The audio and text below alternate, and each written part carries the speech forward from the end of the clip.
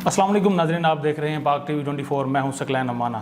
नाज़रीन, अफ़गानिस्तान से अमरीकी इनखला के बाद पहला ड्रोन अटैक सामने आया है जिसमें उसामा बिन लादेन के करीबी साथी अहमद ज़ाहरवी को निशाना बनाया गया है, जिसके बाद पाकिस्तान में इमरान खान के बयानिए को तक़वियत मिल रही है कि इनको इक़्तिदार से सिर्फ़ और सिर्फ इसीलिए उतारा गया था क्योंकि उन्होंने अमेरिका को एयरबेस और फ़ज़ाई रास्ते देने से इनकार किया था। मैं आपको यहाँ याद करवाता चलूँ कि जब इमरान खान साहब ने सहाफ़ी को खुले अल्फाज में दो टोक जवाब दिया तो इसी हफ्ते अमेरिकी अखबार CNN ने एक आर्टिकल छापा था जिसके मुताबिक पाकिस्तान और अमेरिका फ़ज़ाई रास्ते पर मुआहदे के करीब हैं, जिस पर मरीम नवाज शरीफ साहिबा के सहाफ़ियों ने खुलकर इमरान खान साहब को तनकीद का निशाना बनाया।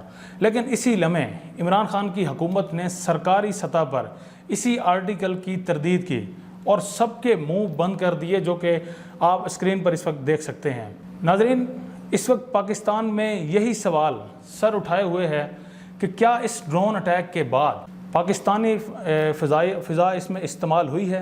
क्या पाकिस्तान एक बार फिर अमेरिका के साथ पराई जंग का हिस्सा बनने जा रहा है? अल जज़ीरा न्यूज़ के मुताबिक पाकिस्तानी फ़िज़ा का इस्तेमाल हुआ है, जबकि अभी तक पाकिस्तानी सिविल और अस्करी ज़िम्मेदारान खामोश नज़र आते हैं, जिससे ये गुमान मज़ीद तक़वियत पकड़ते नज़र आ रहा है कि अफ़गानिस्तान में ड्रोन हमला तालिबान के साथ मुआहदे की खुलम खुला खिलाफ वर्जी है, जिस पर अफ़गान रहनुमा ज़बीउल्लाह मुजाहिद सख्त अल्फाज में मज़म्मत कर चुके हैं।